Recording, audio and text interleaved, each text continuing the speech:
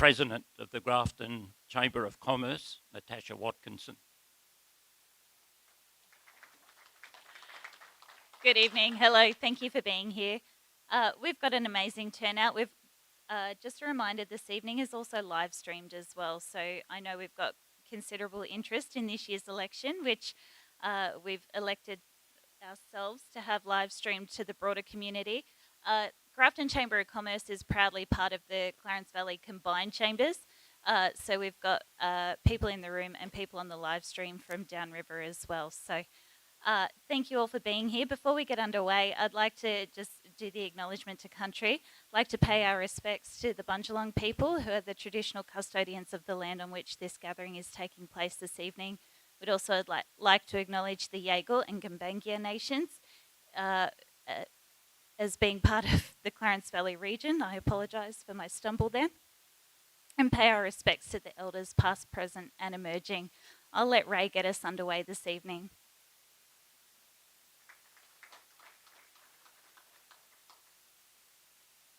Thanks, Natasha.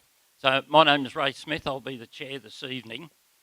Firstly, quickly run through tonight's procedures, a little bit of housekeeping. I always chuckle when an MC talks about housekeeping. So tonight I've got Des Harvey on the mop and bucket, and I've got Councillor Jeff Smith on the broom and duster, and I'll continue to supervise. In case of an emergency, straight down the stairs. If it's a fire, don't use the lift, and we have bathrooms down to my left. In a moment, I'll ask each of the candidates to introduce themselves over 2 or 3 minutes, and that will be done in alphabetical order. Then we'll have 3 written questions that the Chamber has received, which I'll read out to the candidates. Then I'll take questions from the floor, and I ask that they be questions, they be concise. We're not looking for statements tonight. The candidates cannot answer statements. And I ask that you show respect for the candidates and each other, and any unruly or offensive behaviour, I'll just call the evening shut. So, first of all, I'd like to call on Leon Ankersmit, representing the Labor Party. 2 or 3 minutes, please, Leon. Thanks very much for the invitation. Thank you to the Chamber of Commerce. My name is Leon Ankersmit. I'm a resident of Maclean. I've lived there with my wife and 3 children for the last 15 years. We love living in the Clarence, and I'm very motivated to become the member for Clarence so that we can continue to thrive and to grow as an economy and as a community. And to be honest, my self-interest there is that I want a beautiful place for my children to grow up, and a prosperous place as well. My background, I've lived in regional parts of Australia for most of my life. I spent a few years in the Netherlands, where my family hails from, when I was a child. But I had my schooling and my first years of work in Toowoomba. So I'm used to living and knowing the life in a regional city. Of course, many of you will know that Toowoomba is quite a thriving regional city, and an admirable one at that. But back in 1983, when I moved there, it was a lot smaller.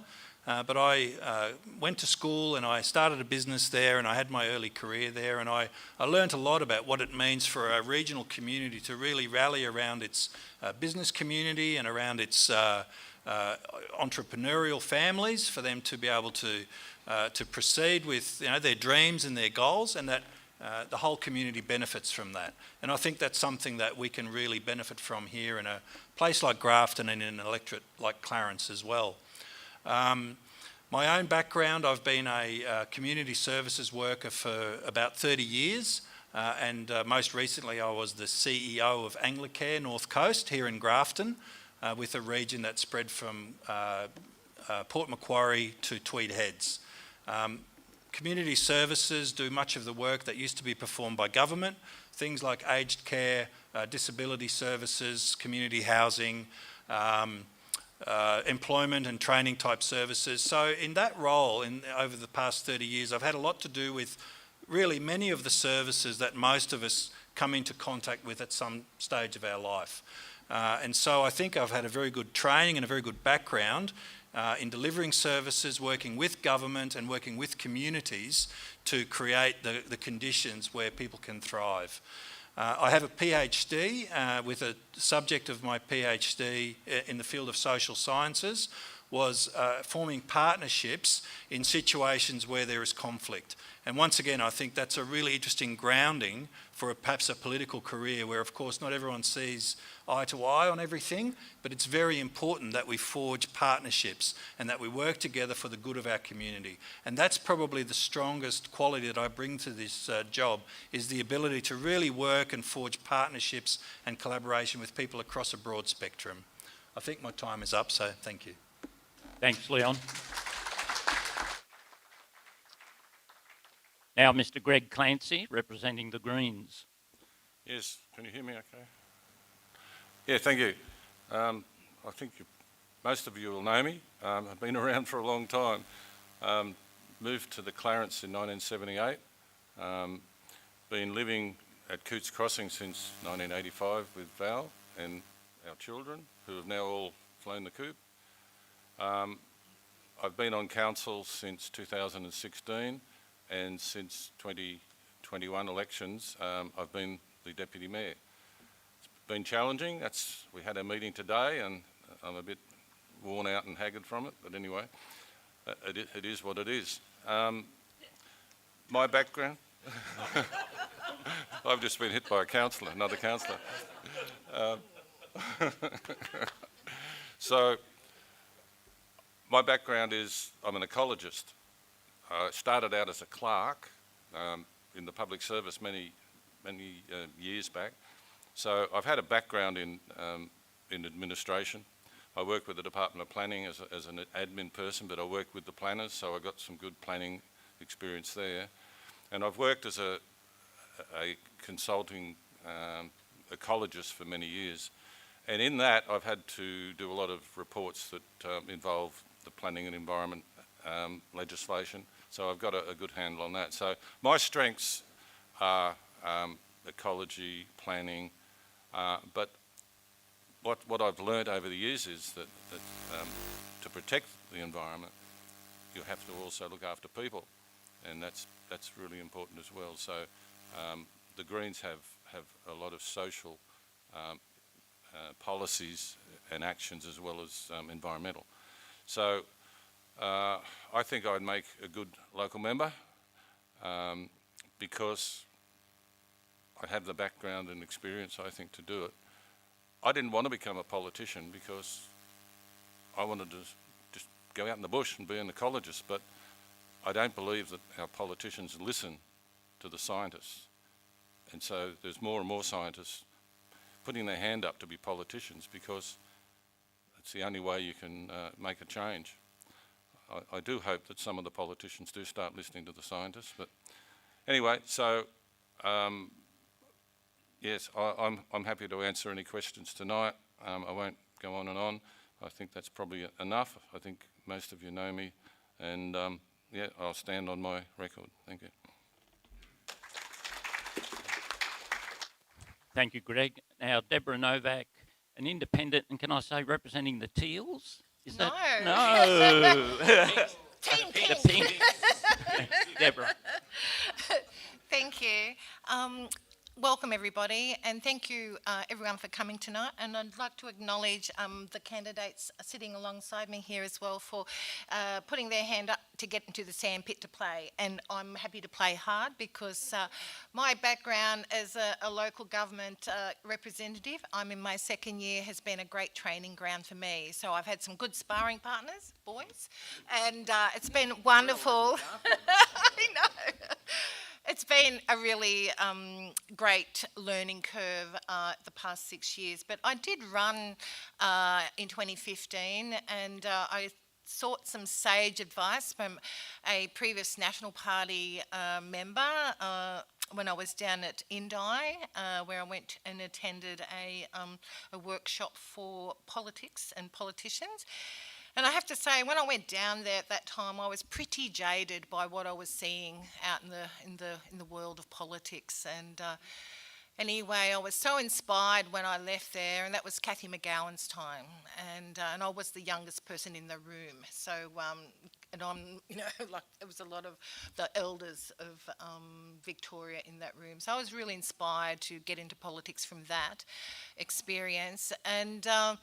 But I also was really inspired by what was happening in our community as well. And I've been working for the media for 25 years. So if you didn't have a social justice gene in you before you started working for the media, you certainly got it not long after, because you get to see such diverse parts of our community, from the greatest of highs to the lowest of lows.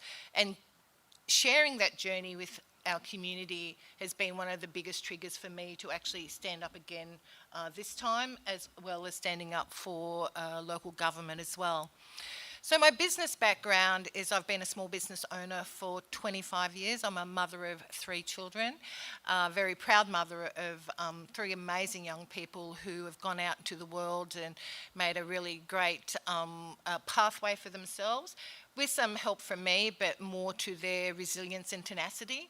And let me tell you, having a university degree doesn't determine your station in life. It's really amazing what lived experience and that school of life can teach you. And I'm proud to say, even though my son has a master's in law, politics and international relations and is a lieutenant in the Navy, he's never beaten me at chess, and I don't have a university degree.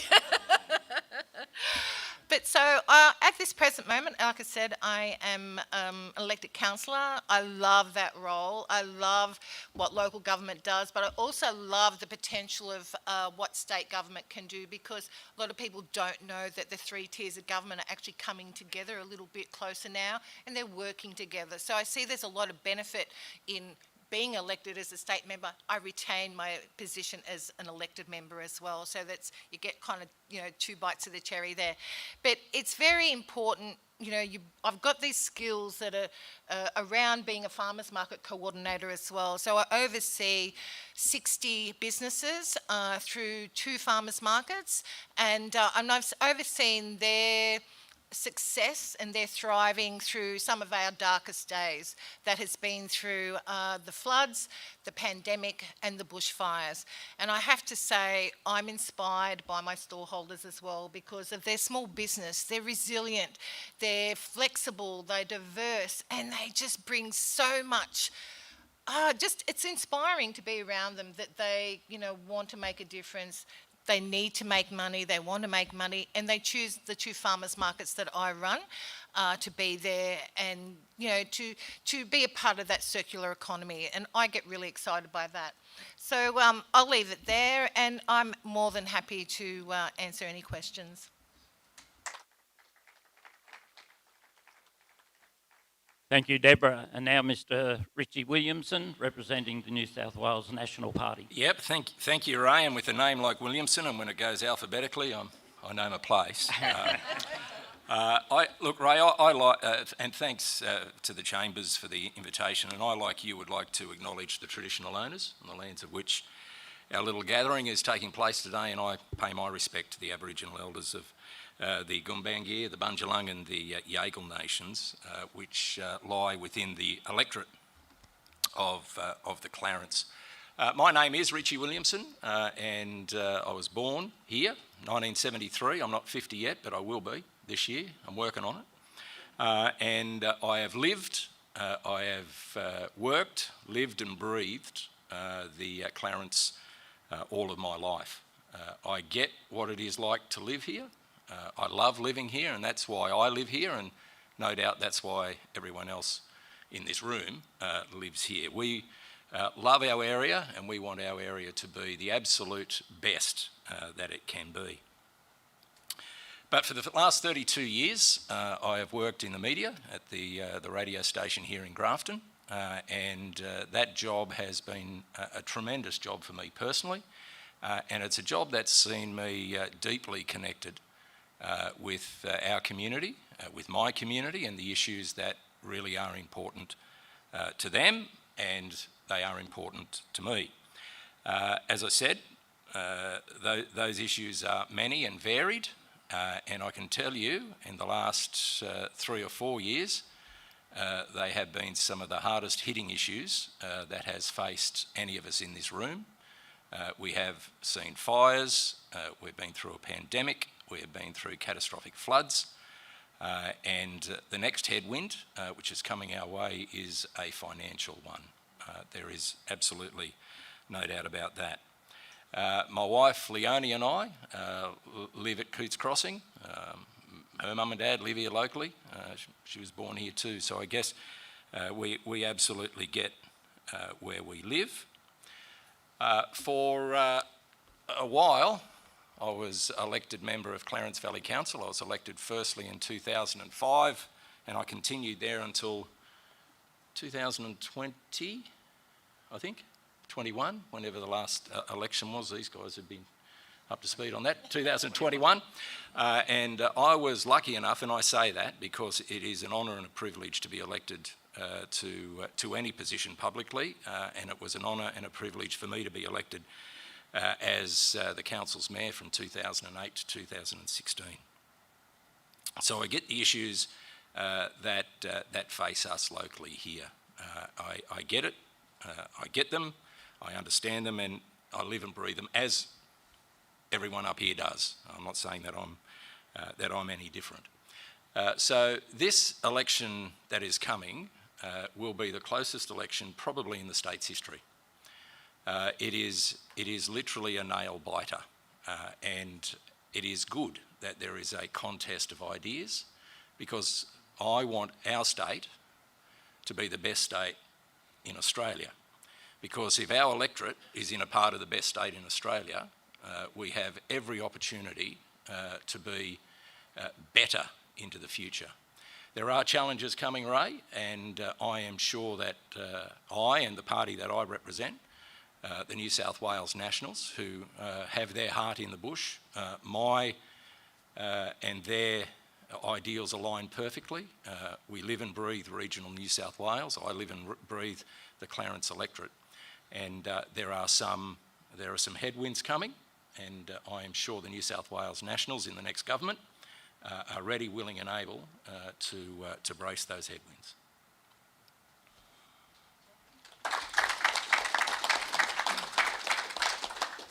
Thank you, Richie. Now I have 3 written questions that I'll read to the candidates. At first I thought responding in alphabetical order, but then that could disadvantage Richie. It could advantage Leon. So I'm going to leave it up to the 4 candidates to show each other respect and come in and answer when you can. The first question. Currently 90% of public native forests on the North Coast is either national parks or conservation reserves.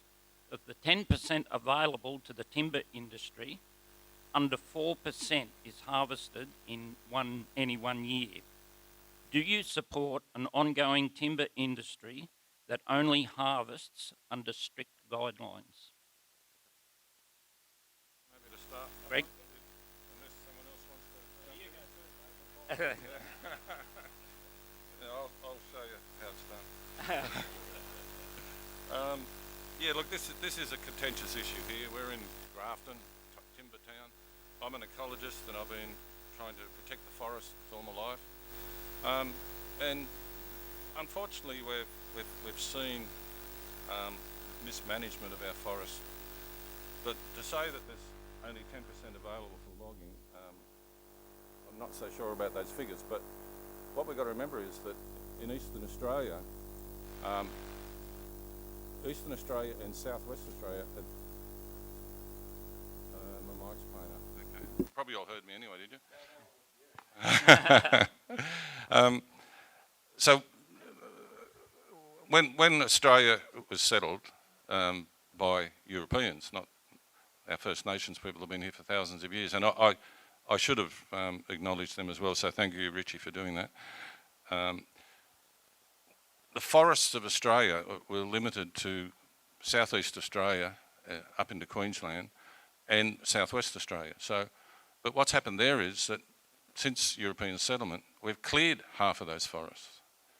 And the forests that are still there have either been logged or disturbed in many ways. So we do have a vanishing resource. And what's happened is that Forest Corp, they were State Forests and Forestry Commission and all the rest.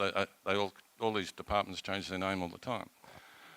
I believe that they really had a responsibility to set up mixed hardwood plantations in northeastern New South Wales, using the local timbers, planting them on the right soils and in the right areas, so that we would now be harvesting the proper trees, not horrible pine. But the problem we have is that they didn't do that. So what we've got now is these last remnants of native forests. Some of them are protected in national parks and nature reserves, but the problem is that the ecosystem spread right across the countryside, and what's left, those remnants, are the corridors for the wildlife.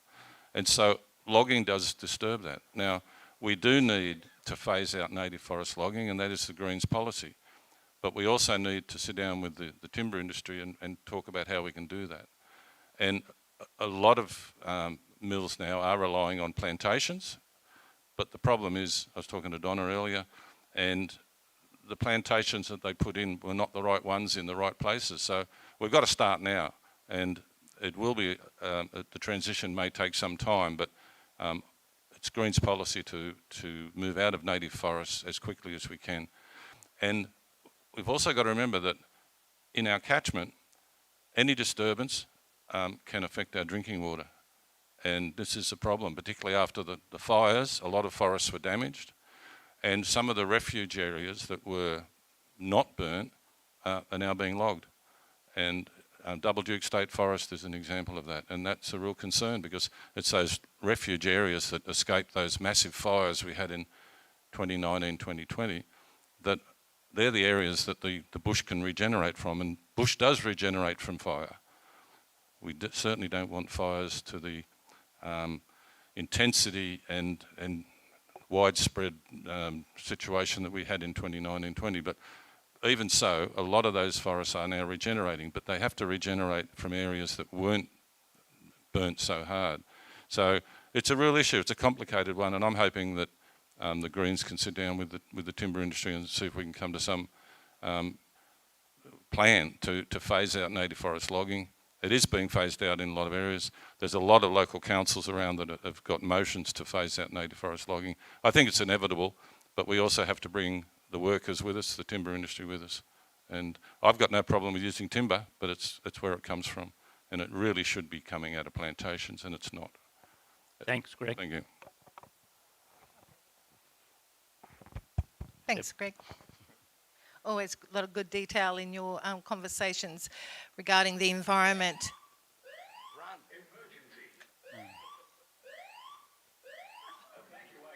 Ray, I'm glad you told us how to get out of here. There you go, Ray. Thanks.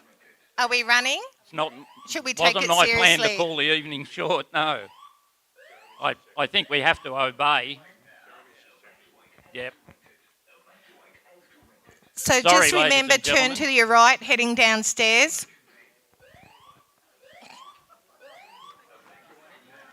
I think if we all make our way down the stairs.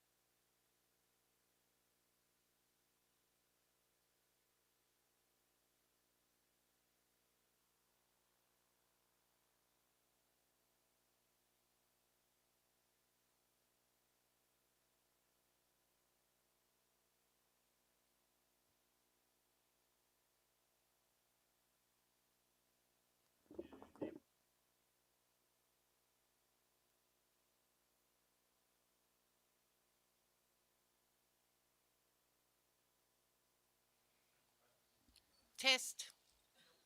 That okay? Nope. Yes? Okay, perfect.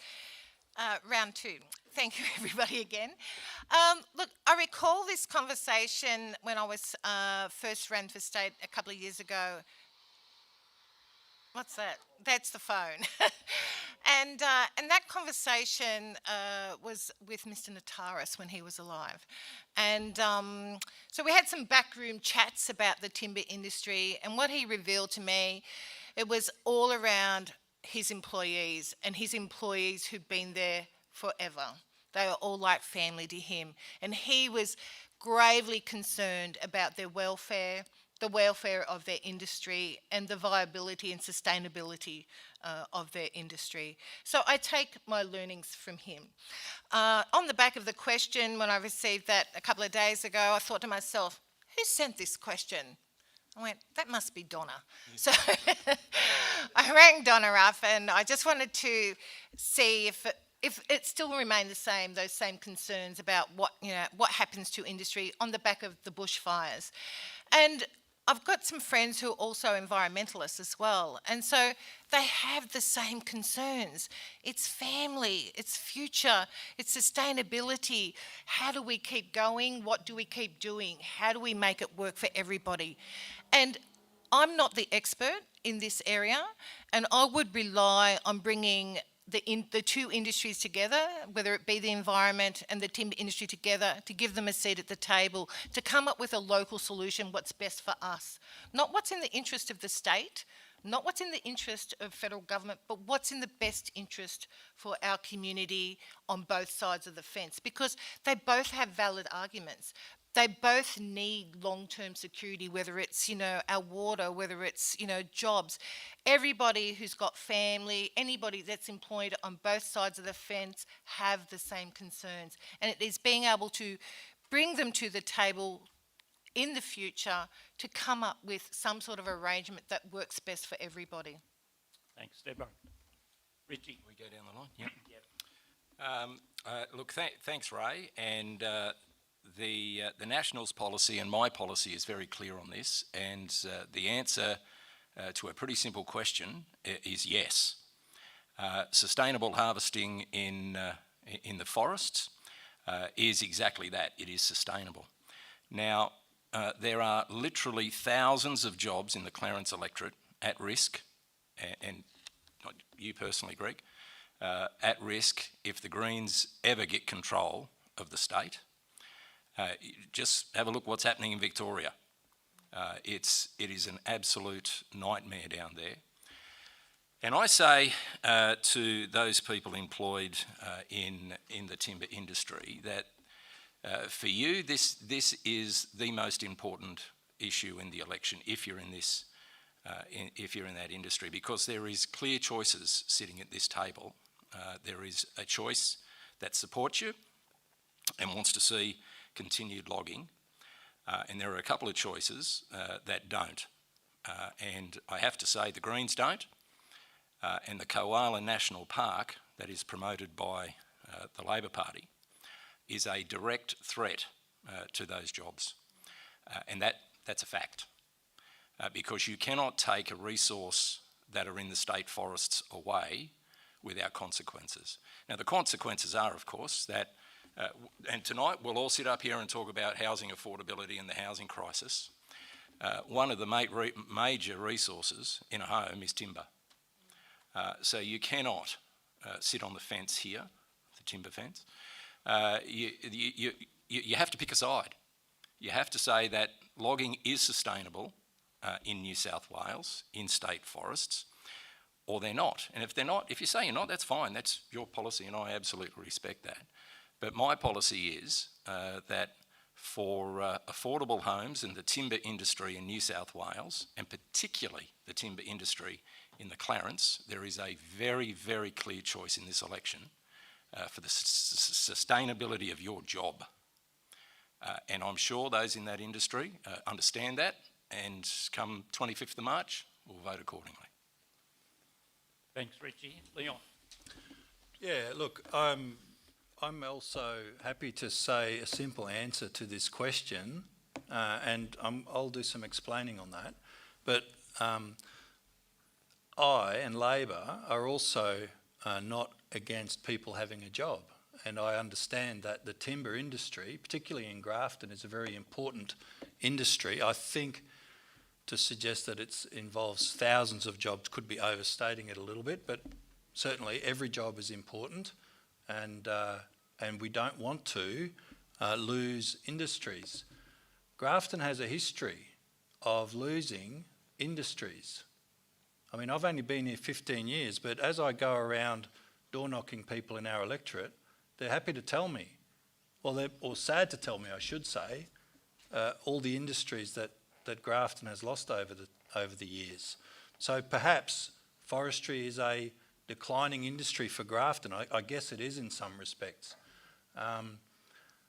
The Great Koala National Park is a plan by Labor which involves an area of land up to 140,000 hectares, of which 110, I think, or 120, or somewhere in between that number, is already national park. So we're not talking about 140,000 hectares of land that is currently available for logging or agricultural timber that will be marked off and set aside. We're talking about an area that is largely, I would say 85%, perhaps more than 85%, already national park, with the ability to create some corridors and some links to other areas for the sustainable koala population. So this will be done in a very managed and in a very careful way with a lot of consultation. And the thing that I think is important to remember is that the policy states very clearly up to 140, because at the moment it's not yet known, because the mapping hasn't been done to work out how much land will be needed to create these sensible koala corridors. So, you know, I think that the voters in Clarence are intelligent people who understand that we need to hold in balance the need for jobs, the need for industry to be able to continue and to thrive. Yes, we need timber for homes, although in Western Australia, homes don't hold a lot of timber, although, you know, I prefer timber myself as a building material. I'll certainly admit that. But we need to hold these things in balance, and the future is looking, just like the past has in Grafton, we need to look towards other opportunities, other industries, other things that we might move towards, and not necessarily rest on the fact that we have legacy industries that are becoming more difficult, perhaps more labour intensive, more costly. We lost, you know, car manufacturing in Australia some years ago. We move on to other things. And I think that's the case in Clarence as well. But Labor is fundamentally the party that supports workers. And you will not hear a policy that does not support workers from the Labor Party. And if I am elected as the member for Clarence, and I will work very hard with those businesses and those industries that have concerns about their viability because of a policy that is put out at a federal level or at a state level, I'll work very hard with those industries locally to ensure that we find solutions. And that's how we move forward in a world that is constantly changing. That's how we move forward, and that's politics. Thanks, Leon. The second question we received: New South Wales is the last state to legislate minimum rates for performers and bands at $150 to $200 for 3 hours, plus costs to $250 per person. When will this legislation be passed in New South Wales? First on that one, because it's actually a policy of the Labor Party to bring in a minimum payment for performers. I can't tell you exactly when it will be legislated, but I can imagine once Labor is elected, if that's to be the case in March, then it will, you know, follow along with all the other things that they want to implement. The one thing to remember, though, is that the policy for Labor to pay performers a minimum of $250 applies to events and performances that are subject to grant funding. So these are not This is not for a performer who might play in a pub or in a restaurant as a busker type of a performer. That's still up to a private arrangement between the employer, as it were, and the performer. This is for events such as possibly Jacaranda or other types of events that receive government funding. I'm sorry? Well, then it would exempt you. So it's for, I've got the wording right here because I thought it would be helpful. It says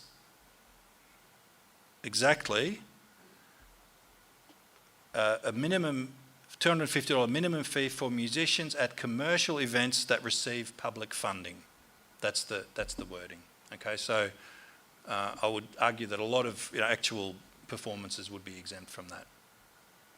Thanks, Leon. So I guess the question is, does anyone know when it will be passed as legislation? And I'm assuming it'll be well after March 25th. Oh, well, Council, the state's pro-rogue, so it's all over Red Rover as far as that goes. Look, on this matter, I don't think we're too far apart, to be honest. I'd say we want, we want to see performers paid a fair quid for a fair gig, and I think that's appropriate. I have no problem with that. The current state policy and the Nationals policy here is that if there is public funding attached to a performance, it is already a requirement that the minimum $250 is paid. Now, I was just talking with the Arts Minister, literally walking up the stairs, and he said the reason why the government hasn't legislated is because in the government's position and thoughts is that would disadvantage some rural communities.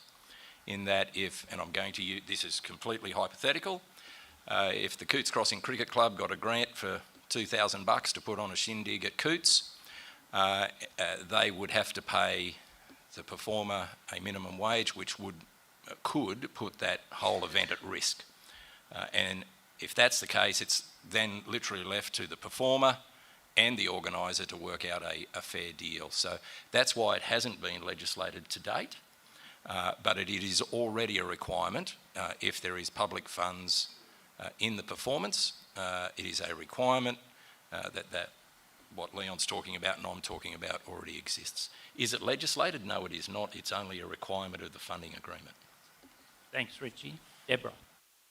So, I used to be a member of the Media, Entertainment and Arts Alliance, and because I saw that this question came through, I Googled it, and thank you, Dr. Google, and came across a media release from these guys last year, and it's the Musicians Union welcomes $250 minimum fee for gigs.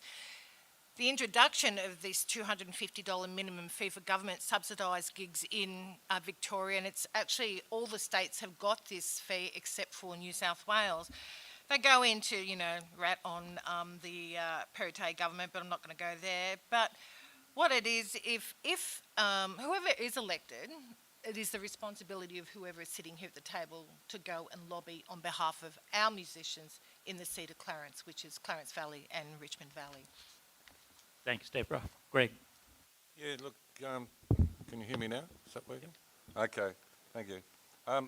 Look, the official word I got is that the Greens will vote to support the minimum rate at $150 to $200 for 3 hours, plus costs of $250 per person for performers. But I didn't get any idea of when that whether the Greens were going to move something or not. So I can't answer more than that.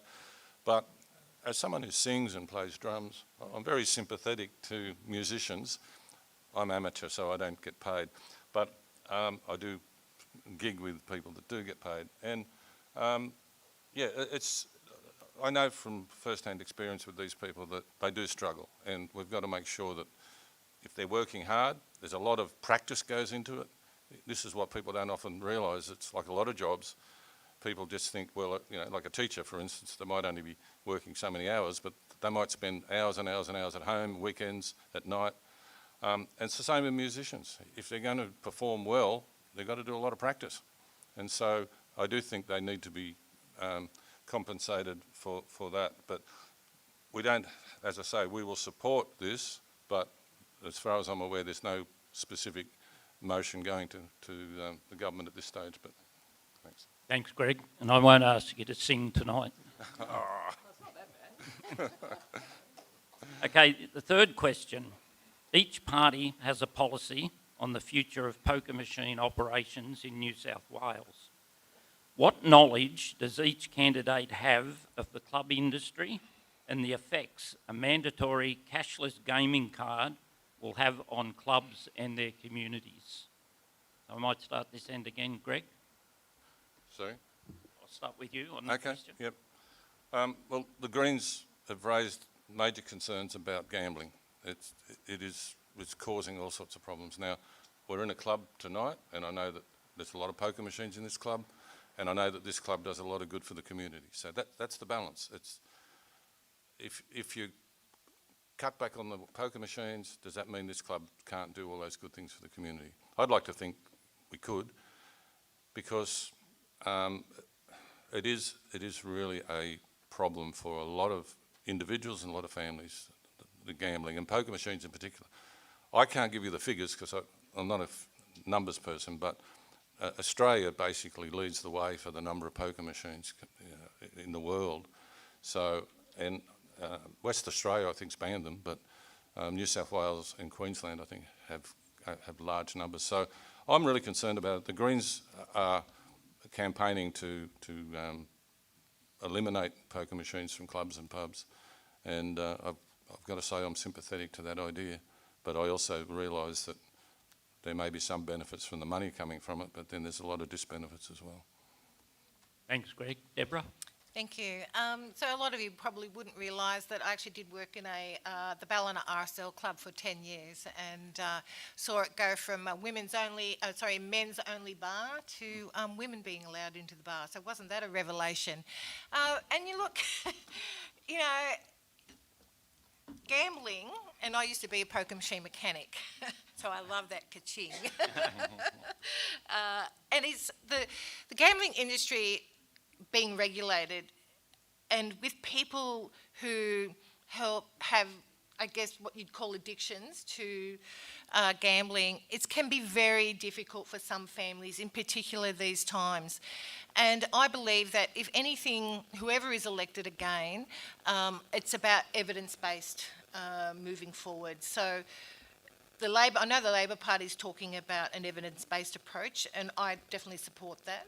And I believe that, and having a background in journalism as well, I'm one for it has to be evidence to prove that it's going to be, you know, worthy moving forward, so that we can see the public benefit for the public good.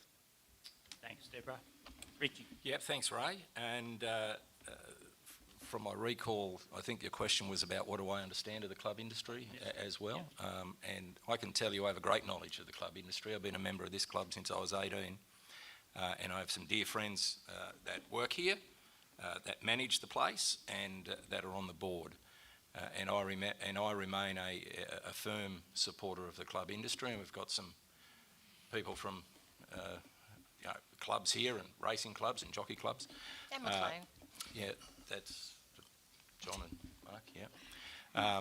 So, look, I understand the club industry, and to the point where just a few weeks ago we had a round table with the Minister in Casino, and McLean and Yamba and a few other clubs were there, and the Minister got a very clear understanding of the issues about regional clubs.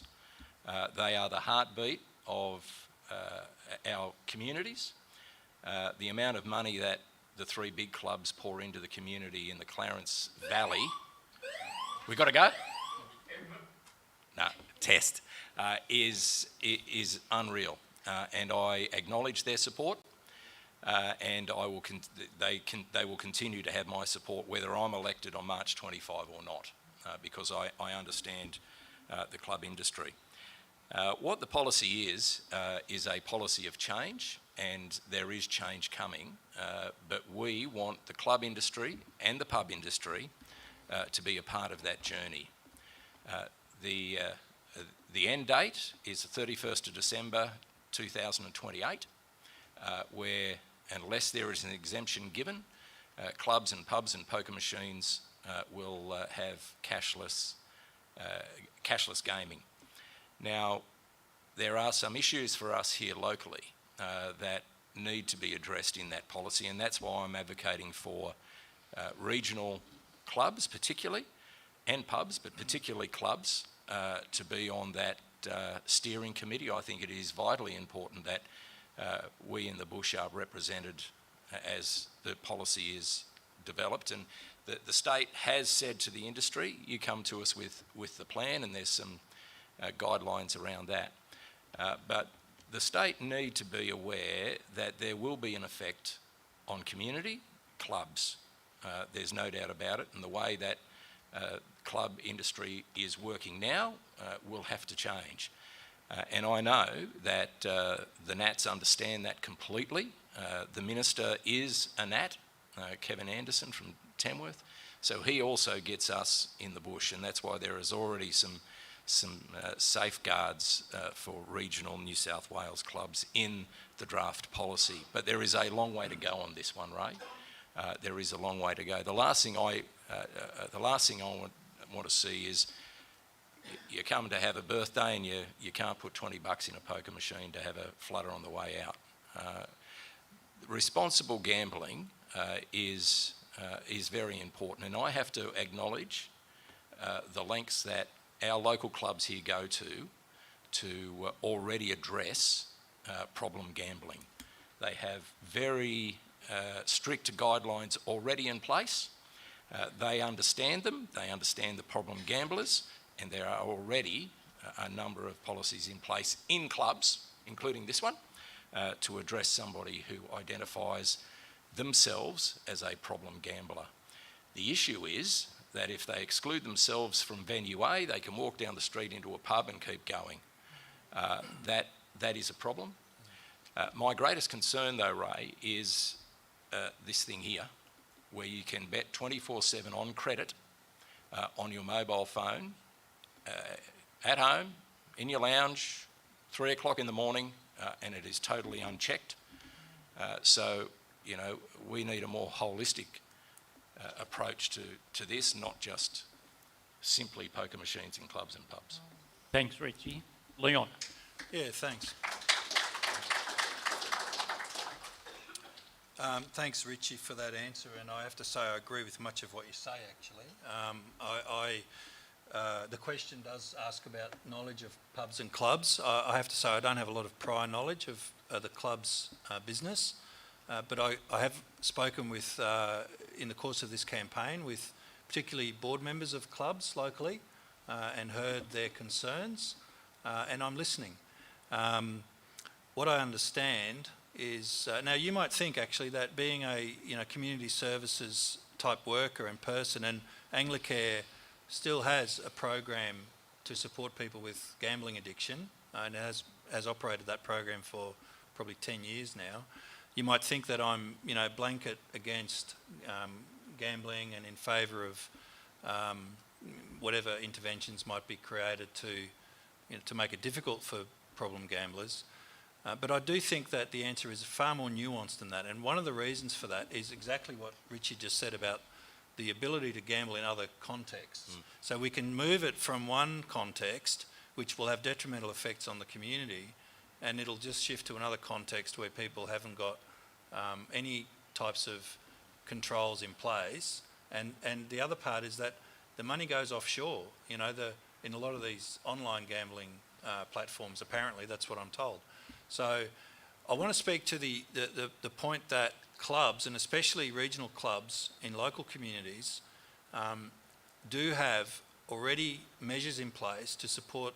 They use a thing called Know Your Customer. That's their colloquial way of talking about it. They know the people who frequent clubs, their members. They sometimes see someone who wanders in who is unfamiliar, and if that person starts to put a lot of money through a poker machine, someone will show a bit of interest in that and find out if that's, if they're okay. But they have a policy of Know Your Customer because small and local clubs have the capacity of doing that. They're not like these almost semi-casinos that you see in Western Sydney. And the other issue is part of the reason for the move to cashless gaming is to stop the money laundering. Well, I'm told quite firmly, and happy to believe that money laundering isn't an issue up here. It's really an issue for the cities, for particularly Western Sydney, in the big clubs where there isn't really good supervision and good monitoring of what goes on in the machines. So I'm very aware of the local club's concerns, and I am confident that Labor's policy to trial with 500 machines, which sounds very tokenistic, but to trial a cashless card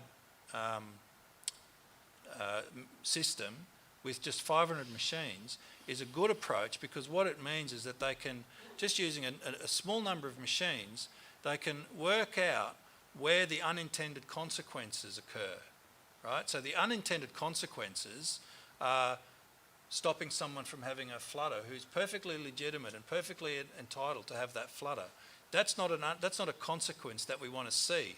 We simply want to see a measure that helps and stops people who have problems with gambling and supports their families and the community. And so to do that in a measured way, I think we can all agree that it would be good if we landed on something that would work for the people that need some help. And I absolutely agree that we need to look beyond poker machines, and we need to look at gambling advertising, and particularly online sports betting. And I wouldn't recommend putting any money on New South Wales Labor at the moment, because the odds are lousy. $1.10 I think it is, but last time I checked. No, you're blown out, mate. Oh, really? yeah, you're blown Just out. in the last couple of days. Anyway, sorry. But no, I do agree that we need a more holistic approach. I agree with that. But I'm comfortable with the 500 machine trial. I'm more comfortable with that than with a kind of a blanket statement that says we'll phase it out across the whole state. I actually think that a trial will find that it's more necessary in some clubs than it is in others, or in some perhaps corners of a venue where there's less supervision than in more sort of common areas, or I'm not sure how it will work, but that's the point of a trial. It's to actually work out what works and to avoid unintended consequences. Ray, can I just, one more? Yeah, Yes, for sure. thanks, Leon. One point that I've also raised with the Minister is our location close to the border. So, for example, if you're in Maclean, hour and a half, hour and 40 minutes, you're across the border. So if there is money laundering going on, which I don't believe there is, all we're doing is shifting it up to the border where they get the tax. So, we need a holistic approach, not just one size fits all. Thanks, Richie. Now I'm going to open to the floor for questions. If you have a question, could you state your name, please? And could you also indicate if your question's directed at all four candidates, or if it's directed at one specific candidate? This lady in the front row. Thank you. My question's directed. Sorry, we do have a roving mic. My question is directed at all four candidates. My name is Shay Fleming. I am the coordinator of the Clarence Catchment Alliance. My question is two-part. I'll be quick. The community would like to know your stance on mineral mining here in the Clarence River and water catchment, including the 35 state-approved mineral explorations going on at the moment. And if elected, what would be your first act in Parliament to have the Clarence catchment listed as a prohibited mining zone in order to protect our water and the industries and culture that relies so much on our rivers? Thank you. Open to the candidates. Do You you can want me see to go? Greg's keen to answer. Well, I should declare an interest too, because I'm a foundation member of the Clarence Catchment Alliance, so I do know a little bit about the issues. So yeah, I mean, quite obviously, I fully support the ideals of the Clarence Catchment Alliance, and that we should not be allowing any mining in the Clarence catchment at all, and that includes adjacent catchments. We've got a lot of local government support now to ban logging. So, mining. I've got logging on the mine. So yes, look, I would definitely be supporting a ban on mining in the whole of the Clarence catchment. We actually got a motion through council in the previous council when Richie was there and Deborah that that the Clarence Valley Council did write to federal and state governments expressing their concern about mining, but unfortunately the 11,000 signature petition that went to state parliament was opposed by our sitting local member at the moment and the Deputy Premier and the Minister. So the Liberal National Party have opposed it. Now I know that Richie's come out and said that he would oppose mining, and I commend that, but it's not much point being one person in a party with a particular point of view. So I would hope Richie can encourage all the other National Party politicians to come to his way of thinking. In terms of what we should do, we should be making sure that the Clarence is put on Schedule 1, which means that there can't be any mining. Sorry, I'm a bit tired after the council meeting. There won't be any mining in the Clarence, and I think the other northern rivers areas need to be looked at as well, because we have such high rainfall in this area, we have such high biodiversity, we have a lot of industries that rely on clean water apart from drinking water. So it's a no-brainer as far as I'm concerned. No mining. Thanks, Greg. Deborah? Oh, sorry, I thought you might like to go straight after that. Don't worry, mate. Okay. Richie? Yeah, thanks, Ray. Look, and thanks, Greg. And can I say for a long time that I have always stood up for the Clarence River, always. And it's on the public record. When I was mayor, 3 or 4 mayoral minutes and a couple of notices of motion around water diversion. That was an issue back in the day. There's also a couple of motions regarding CSG, and the Nats were the party that revoked the CSG licences. That's also a clear fact. And I'm also on the public record of being against mining in the Clarence. There are places in New South Wales where mining is A-OK. In fact, it's part of their culture, it's what they do, it's what they've always done, and families have grown up with mining.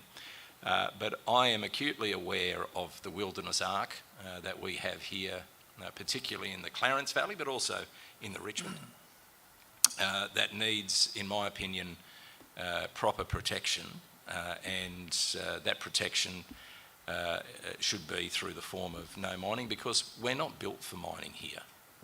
You know, you can't have a pristine Clarence River and a mine. I am unconvinced on how the two can mix, and I believe the community support that view as well, and probably we all have the kind of same, roughly the same opinion up here, I believe. I could be wrong, but I don't think I am. So that's my stance on the issue, Ray. In the Nats, we're a broad church, and it's quite often said that, you know, we're almost a group of individuals that come together to join a party. There are a lot of views around this in our party. Kevin Hogan has a particular view, of course, which closely aligns to mine, and that's totally his right to do so. You know, we're a broad church. We all reflect our communities of where we live without fear or favour, and I'll certainly do that should I be elected on the 25th of March. Thanks, Richie. Leon? Deborah? Leon? Yeah, can you go last? Yeah, local Labor, the branches in the Clarence have been against mining of the Clarence catchment for a long time, and have worked very hard to, within the Labor Party, to protect the catchment from mining, and have done so successfully. I believe that we'll continue to do that, and I'm not quite sure how to answer the second part of your question in terms of, you know, what would be the first action in Parliament.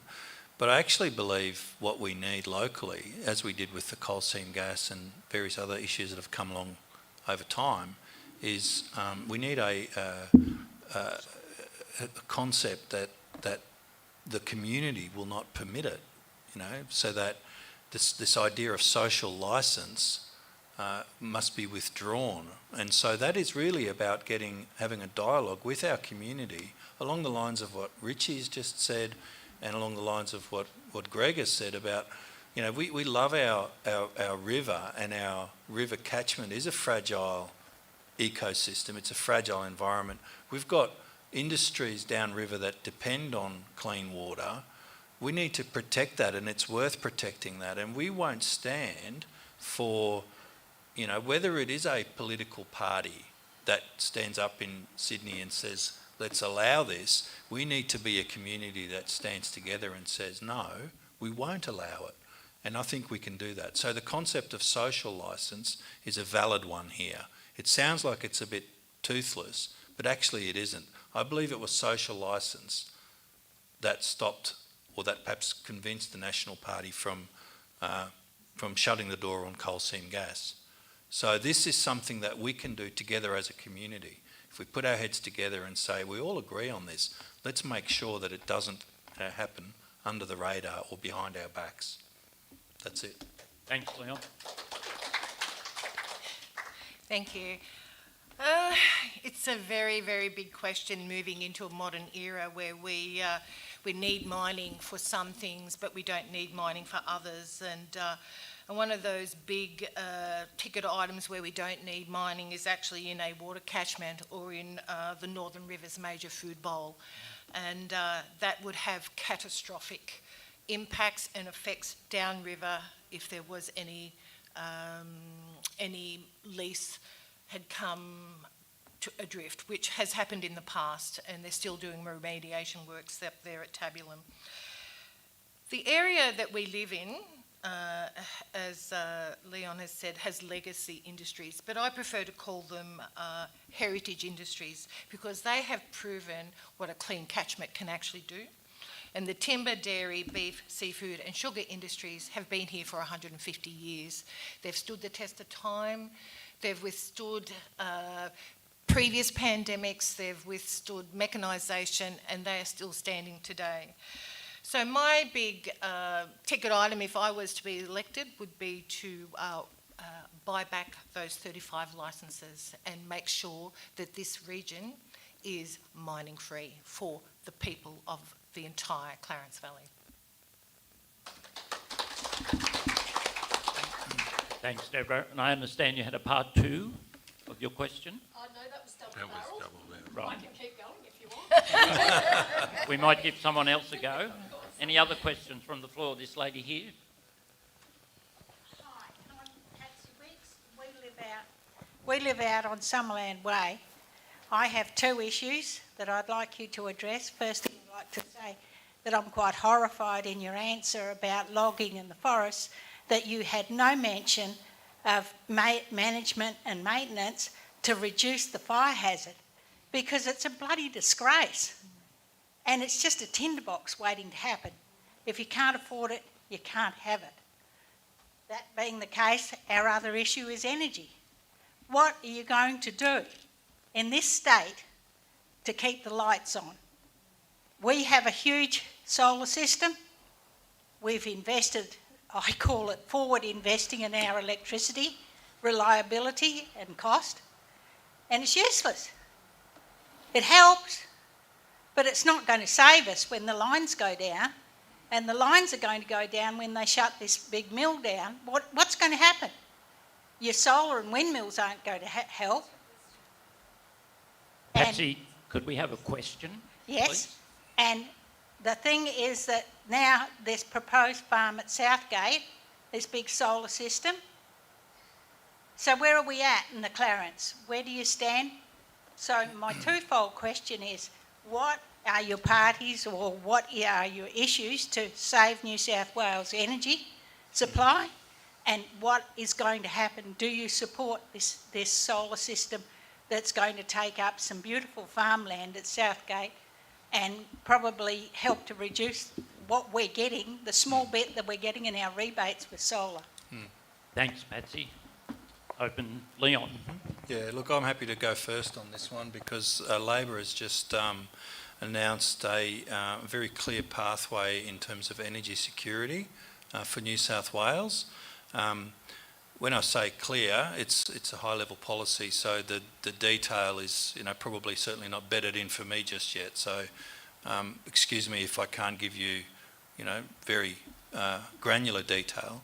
But Labor is committing a $1 billion investment in what they're calling the New South Wales Energy Security Corporation, and part of this is to wind back some of the privatisation of energy assets that has happened over the years, which has led to the degrading of the quality of those assets, poles and wires, as well as the increasing in costs to customers. So they're not going to reverse the privatisation by buying back assets, but they're going to restart a government-owned initiative called the Energy Security Corporation, and the main priority of that corporation is to build and to commission medium and long-term, I'm just reading from here so I don't get it wrong, renewable energy storage solutions like pumped hydro, as well as other commercially viable technologies that provide grid stability. No? You don't accept that? All right. Well, the other one is another initiative that New South Wales Labor is announcing together with the federal government is an initiative to promote and to fund community batteries rather than individual home batteries. So this is for cohorts of neighbourhoods, groups of households who can join a community battery system. That provides more security to more households than one battery for one household. These are the initiatives. What is clear is that investment is needed from the state to secure our energy future. And what we have seen in the past, not just the past 12 years, frankly, because Labor was doing this prior to losing government 12 years ago as well, but what we have seen is a move towards privatisation of these assets, which takes them out of the hands of the government and into the hands of the private sector, and that hasn't been a good solution. And so Chris Means has been very clear on the privatisation narrative, and he's saying no more privatisation, and he's thinking particularly about energy assets and wanting to rebuild some energy security into state-owned investment in that space. And I think that's a good step, a good first step. Thanks, Leon. Greg. Yes. You've raised some very interesting issues that I'm close to my heart.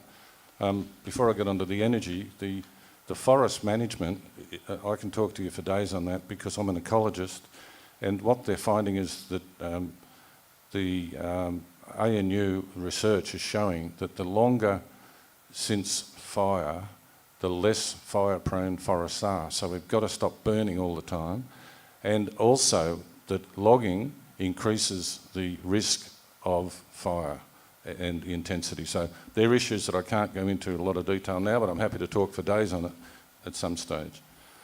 I'm a little bit different to a lot of Greens in that I am not keen on pumped hydro, because where you put your pumped hydro is usually a national park or a natural area like up the Clarence somewhere, and it has major issues. The Queensland government announced they're going to have this massive pumped hydro dam, and it's right where this honeyeater lives, the only place in the world where this particular honeyeater lives, near Mackay. I'm not all that fond of wind farms because they kill millions of birds and bats and all that. But solar is the answer, but small scale. There's been, is it a guy called Saul, I think, I can't remember his name now. Griffiths, is it? Saul Griffiths, is that? Yeah. He's talking about, and when I heard him on the radio, I thought, oh God, someone is actually, the light's gone on in their brain. He's talking about small scale community set up for solar. And that's all you need. You need the communities. Each village needs to have a community solar. Because if you have the biggest grid in the world is what Queensland wants, when you have a grid, you have power lines. when you're transferring power over large distances, you lose a lot of that power. It's not efficient. So you need to produce the power where the power is needed. And these massive solar farms, these massive wind farms and all that, I don't personally like them. The one at Southgate is too big, and it's an industrial scale one. I personally believe we should be looking at empowering communities, and the government should be supporting financially communities to set up their own solar farms, but small ones. And the batteries, the prices of the batteries are coming down. We've got to store it by all means. So that's just my personal view on it, and that's what I would be pushing for if I was elected. The Clarence Valley Council is in the process of setting up a small solar farm, or working towards it, at the waste depot in South Grafton, and also to use the methane gas that's produced by all the garbage in the pit. And over time, that will produce enough energy to run all of council's needs. So that's what I'm talking about. The people that use it should be close to where it's being produced. Small scale, not these massive things that politicians like to promise, and probably may never happen. I hope certainly that the Honeyeater in Queensland is going to be safe from these massive dams. But anyway, so that's my view, is that solar is the answer. We have to get away from fossil fuels. It's taking time, but it's actually happening a lot quicker than I ever thought it would. The price of coal, the value of coal these days is not anything like it was even 5-10 years ago. So we are moving out of fossil fuels. It's going to take a while. There's going to be a little bit of pain. The technology is happening quickly all the time as well. And it won't be long before we will have good storage. And that's the only drawback of solar at the moment, is storage to be used when the sun's not shining. Thanks, Greg. Richie, Deborah? Yeah, okay. Patsy, thanks for the question, because it's an important one, because when the sun don't shine and the wind don't blow, the power's still got to stay on. And it is a serious matter. Now, the power station that is earmarked for closure supplies the bulk of the electricity that we use in New South Wales. We are not geared up or ready for that closure, and that is a simple fact. So the feds need to step in and ensure that that closure does not happen, because the lights will go out. The blackouts are coming. There's no doubt about that.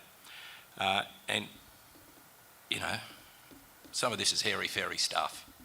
We have the best coal in the world. The rest of the world wants our coal.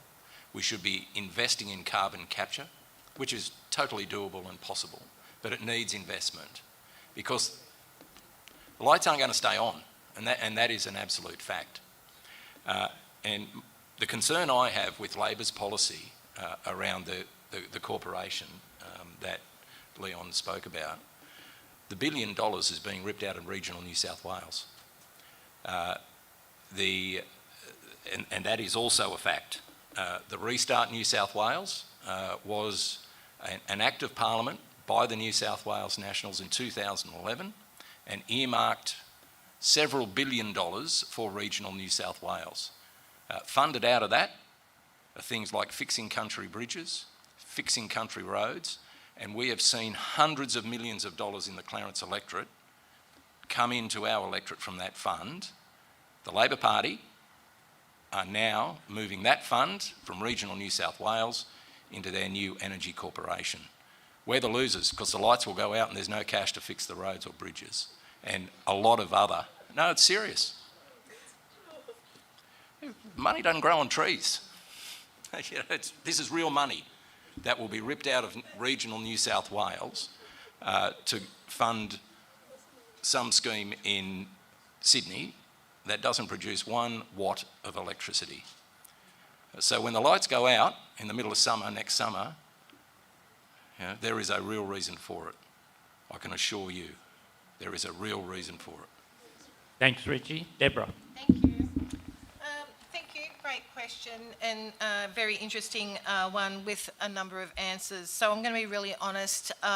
As an independent, if elected, I negotiate what is in the best interest of our community with the government of the day.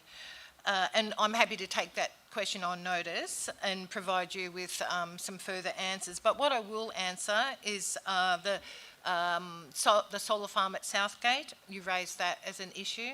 And you'll be pleased to know that Clarence Valley Council last year put together a policy that went out to public consultation, and for the very first time in the Clarence Valley Council's history, we actually have a rural land strategy that protects the rights of the farmer to farm. So we've already used it in principle once already, and that was to bring together the, someone put in a DA, and we brought this policy into play that they wanted to utilise 100 acres of prime cattle country for another project. And the councillors, after reading the rural land strategy, which was fully consulted with farmers across the valley, all voted unanimously to stop this other project for the simple reason it was going to take up prime agricultural land. So that is one safeguard that we can use to, thank you Richie, to protect our prime farmlands. The other thing too, and I can see a number of businesses here, including the one that's in the, where we are having this meeting tonight. The New South Wales Small Business Commissioner advocates on your behalf, and I've been dealing with them for quite a number of years now. They've supported quite a few projects here in the Clarence Valley that I've been involved in, and I actually rang them the other day and said, do you support farmers? Because I wasn't sure if they actually, in their small business definition, if farming was actually a part of that conversation, and I'm assured it is, including premises like this. So if you ever got any issues with regards to power bills, any issues that impact your business at all, you can actually ring the New South Wales Small Business Commissioner, and they will go out and bring the big guns in and advocate on your behalf. So I really love that, because it is overwhelming to go and try and put your case forward for change. So just remember, the New South Wales Small Business Commissioner, even though they're based in Sydney, they do help us here. The other thing too, which Councillor Clancy, or Greg Clancy, just noted too, was the smart park that we've just announced on the back of council meeting tonight. Now it's an amazing opportunity for the Clarence Valley, and we're leading the way here. And it's got a little way to go yet, but it's very, very exciting, where council actually will be very innovative in its approach to saving energy, which will be saving money. And I take my hat off to the team there who brought this project forward, because it is really innovative for one of our sectors to be this leading the change in terms of renewable energy and energy efficiency. So, and back to your question, I'll take the other bit on notice and get back to you. Thanks, Deborah. Any more questions? Des. Thank you very much. First of all, I'd like to congratulate all the candidates for standing. It's certainly a contribution of time and effort, and I know that you all have your hearts in the right places. Excuse me. I'd just like to talk about the Grafton-based hospital, which also is very dear to everyone's heart, because at some stage we may, either individually or as part of a family, be involved in requiring services of the Grafton-based hospital. And I believe it is and will continue to be a major election issue. So I'm essentially asking the same question for 4 people, but I'm wording it slightly differently, and again in alphabetical order if that's acceptable. First of all, and if I can ask the questions total, if I may, Mr. Chairman, and then the responses can be afterwards. Leon Ankersmith, given the only health commitments made by Labor is to develop health in the Nepean and Badgerys areas, all Western Sydney suburbs, and no commitment to development of our hospital in our area of which you are reside, why should the electorate vote for you? My second question to Greg Clancy, given the Greens are typically a minor party relative to the Coalition and Labor, unless your party achieves a balance of power in the next government, what can you do to assist the Grafton-based hospital redevelopment, and why should the electorate vote for you? Deputy Novak, sorry, this is cutting in and out. Given you are standing as an independent, notwithstanding your professional medical training background, unless your election puts you in a position of balance of power, what can you do to assist the Grafton-based health hospital redevelopment, and why should the electorate vote for you? And Richie, that's all right, see if that's any better. And Richie Williamson, given prior to the last election, the Nationals, Chris Galaptis promised $263.8 million upgrade with construction to commence prior to March 2023, which is now, which was supported by Premiers Berejiklian and Dominic Perrottet, which hasn't eventuated. What can you do to assist the Grafton-based hospital redevelopment, and why should the electorate vote for you? Thanks, Des. Some pretty direct questions there, so I'll start with Leon. Yeah, thanks, Des, for the... Just wait for my... Yep, I'm on? Yep. Thanks, Des, for the question. And certainly the Grafton Hospital redevelopment, potential redevelopment, has been on all of our minds for these past 4 years. And I appreciate your hard work and the work of your committee to keep this on the agenda. And I congratulate you for probably finally making it, you know, one of the frontline issues for this community this election.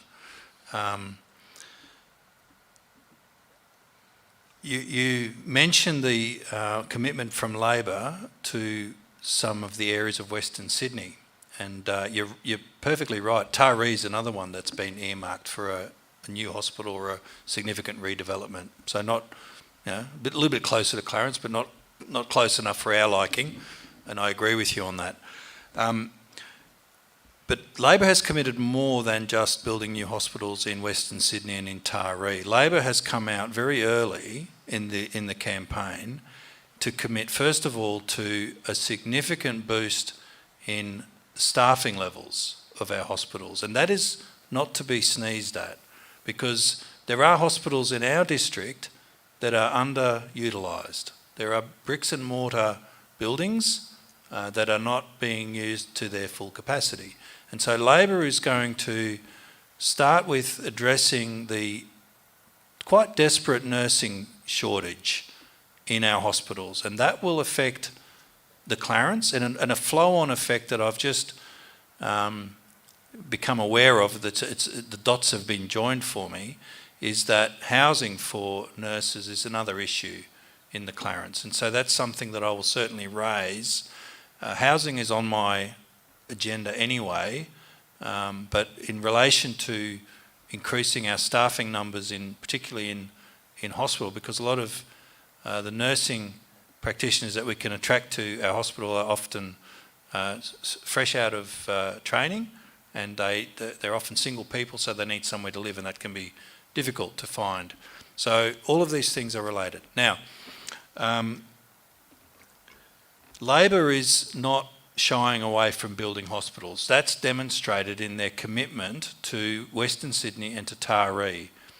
The reason why those locations have been earmarked now and not Grafton, I suspect, is for two reasons. One is that the planning is further developed, further along. The clinical service plans will have been completed for those locations, so there's better knowledge as to what's needed in those locations right now.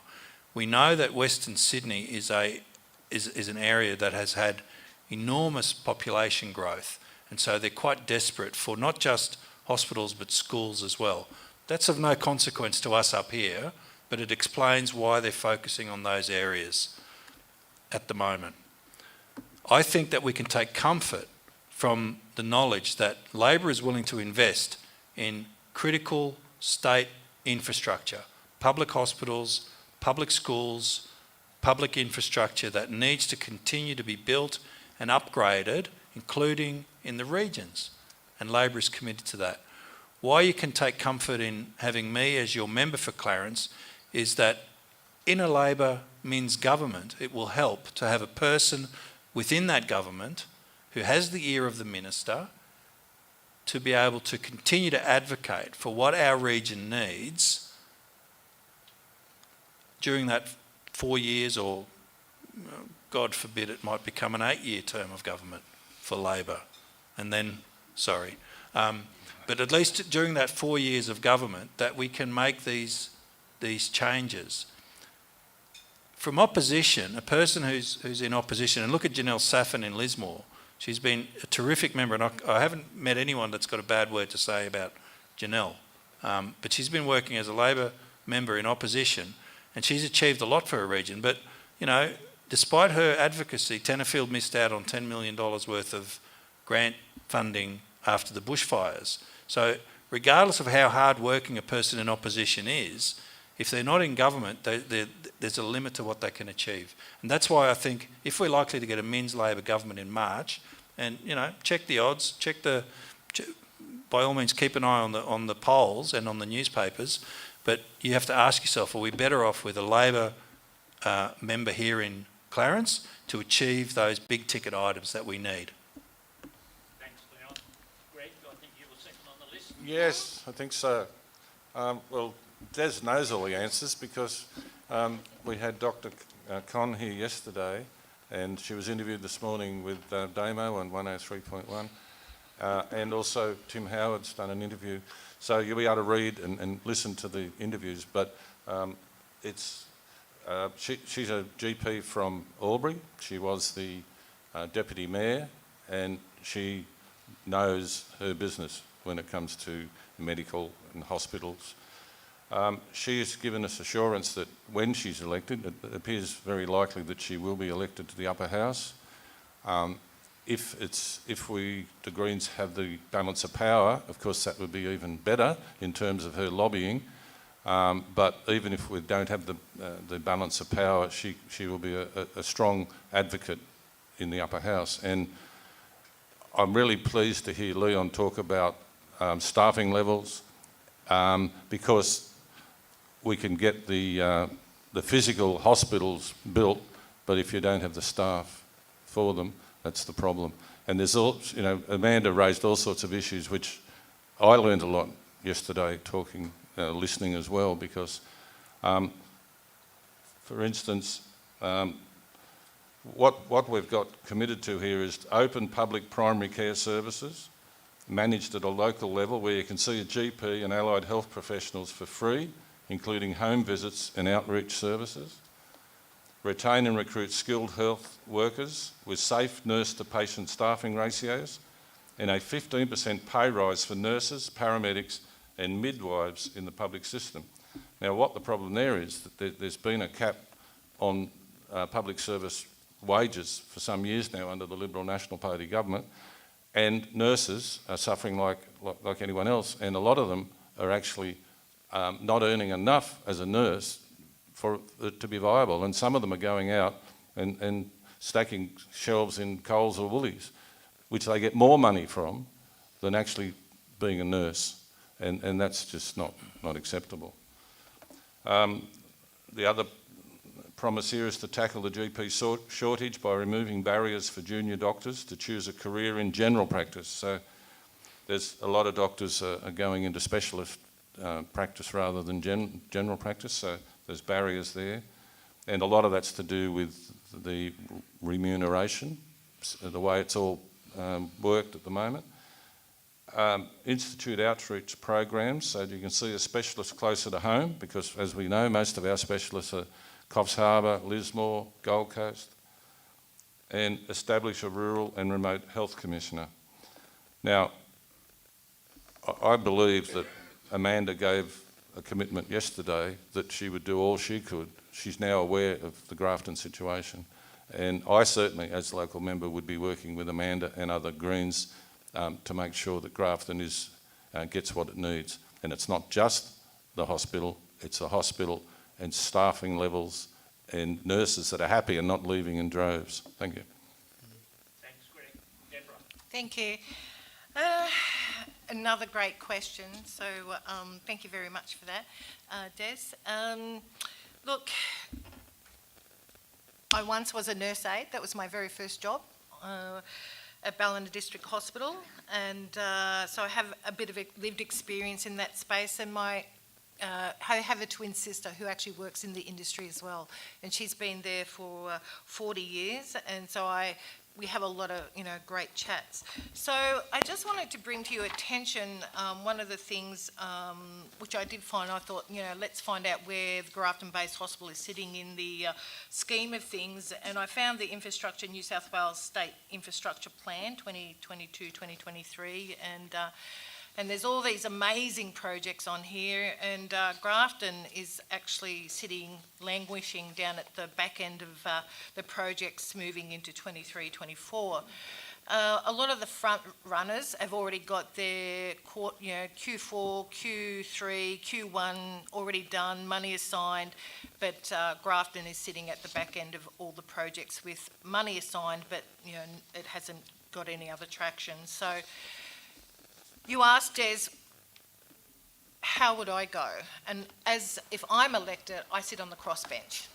That makes me very powerful. And that makes me very powerful if it's a hung parliament as well. And it puts me in an extremely powerful position to negotiate.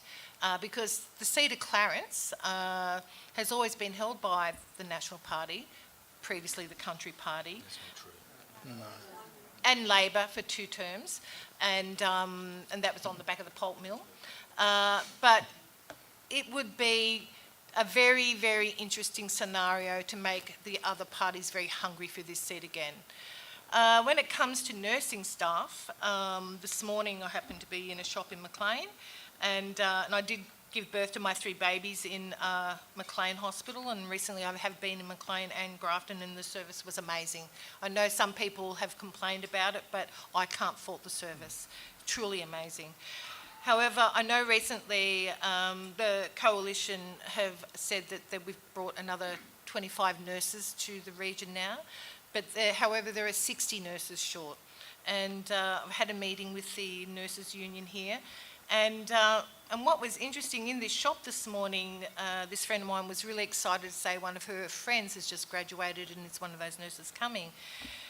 And I said, I remember my first 3 shifts working as a nurse aide at Ballina District Hospital, and I said that very first shift someone passed away.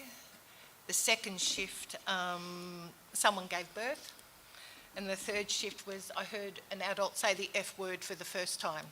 So those 3 days, 3 shifts were, I had older nurses holding my hand during that journey, my time as a nurse aide at Ballina District Hospital.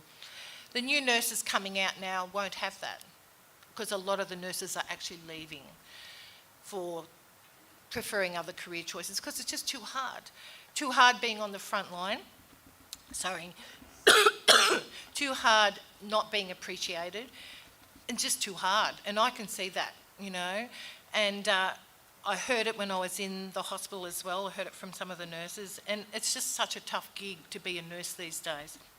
So if I'm elected, and if it's a hung parliament, or even if it's a Labor government, I'm a fighter.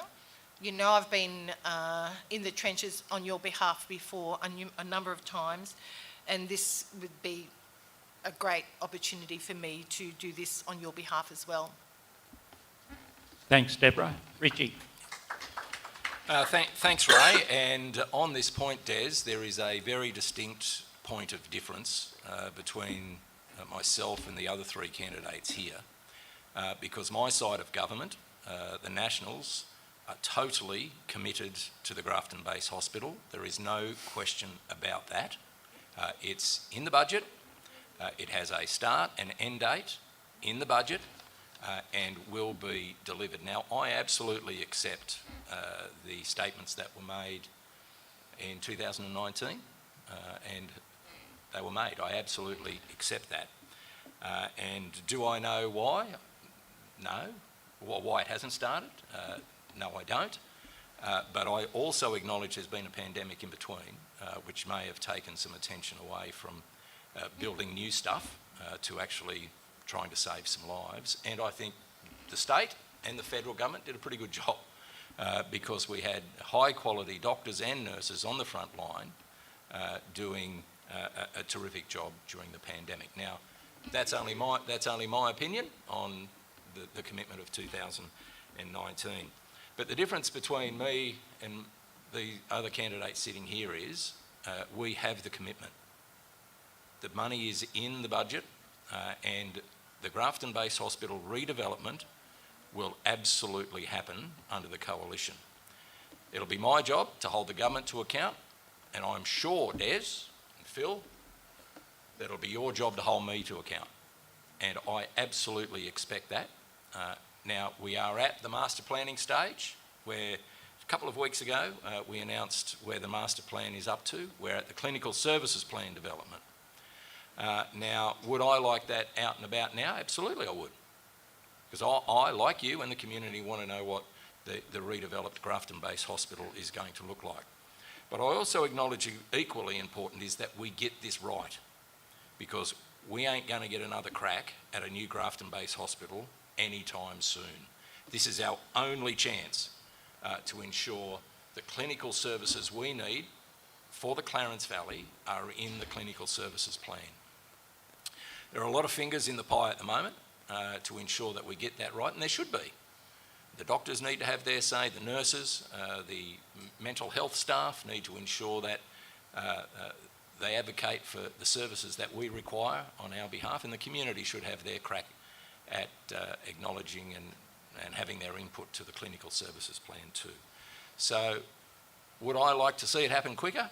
Yeah, absolutely I would. But I also acknowledge that we need to get this right. I wish the clinical services plan was already out so we could have a look at it, frankly, because it's an important document that will steer the future development of Grafton Base Hospital. Is the $263.8 million enough? Maybe not, because if you even build a shed in the backyard, you know that prices have gone through the roof. It'll be my job and the Rural Health Minister's job to get the money for what might be a second stage if that is required. So we need the clinical services plan. So there is no ifs and buts. There is a difference here. I will deliver the Grafton Base Hospital with the Nats in government. We have a commitment that Leon hasn't been able to achieve from his side. The Greens certainly haven't been able to achieve it. And Deborah, I don't think so either, but that's only my opinion. The other important thing on health, we are the only side of politics that is absolutely guaranteeing a rural health ministry. Under Labor, that's gone. No, it's not. Yeah, it is. So sadly, Leon, it's gone. Sadly, the Minister for Rural Health is not in Labor's moving forward package. It is under us.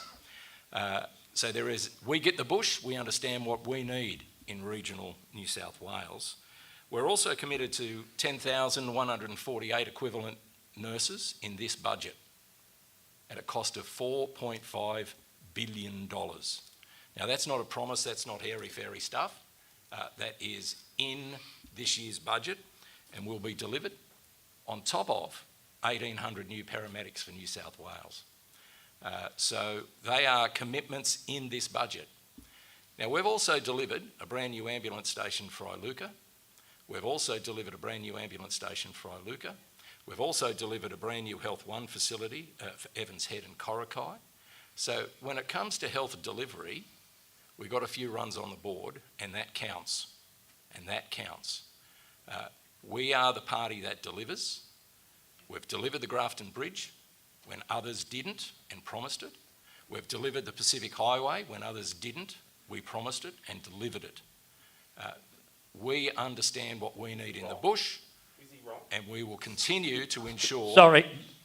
Just let Richie finish. We, please. we will continue to ensure that we get our fair share, not only in the Clarence, that's my job if I'm elected on March 25, but right throughout regional New South Wales. We get regional New South Wales, we're not too interested in Western Sydney. Thanks, Richie. Any more questions? Yep, gentlemen? Thank you. My name is Bill Wicks. Just before I ask my question, I would like to say with reference to health, my brother was visiting here a couple of weeks ago, had a heart attack, rushed him to Grafton Hospital. Magnificent. Top job. Was on the job. You couldn't have asked for any better. And he's going really well now, thank you. So there's a million questions I could ask. I'd kind of like an answer from each of you guys with reference to this. And being as we're on health, I'm going to sort of go there because health is a state issue, and so are the police. And I have friends in this town right now who do not have a job because of the mandates. And I want to know what you're going to do about it. I know the Premier has come out and said, don't worry about it anymore. There are no mandates. There's no need for it because it doesn't work. That was on the TV yesterday. You did say that, yeah, that's I right. want these people back at work. You haven't got enough police. You haven't got enough nurses. You're saying the nurses are tired and they're quitting because they're having to do two people's job. Exactly. When are we going to get off this hairy-fairy, crazy crap that just seems to go on and on and on? That's my question. And I want to know if you guys would. I can start there, Ray. Richie? Because Bill referenced a comment by the Premier yesterday when he said on Ben Fordham's show yesterday morning on 2GB that the mandates are off. They're finished. Well, they should be able to because the Premier only said yesterday that I'm not sure, I didn't hear it in June, but I did hear it yesterday on 2GB. Patsy, Okay, I believe you. answer. I don't disbelieve you one bit. But he said yesterday that the mandates for public servants are off. He also went on to say that there may be some private enterprise that have their own policies which he cannot override. Maybe, I'm not sure. But there are, as far as the public servants go in New South Wales, Ray, the mandates for vaccinations are finished. Leon?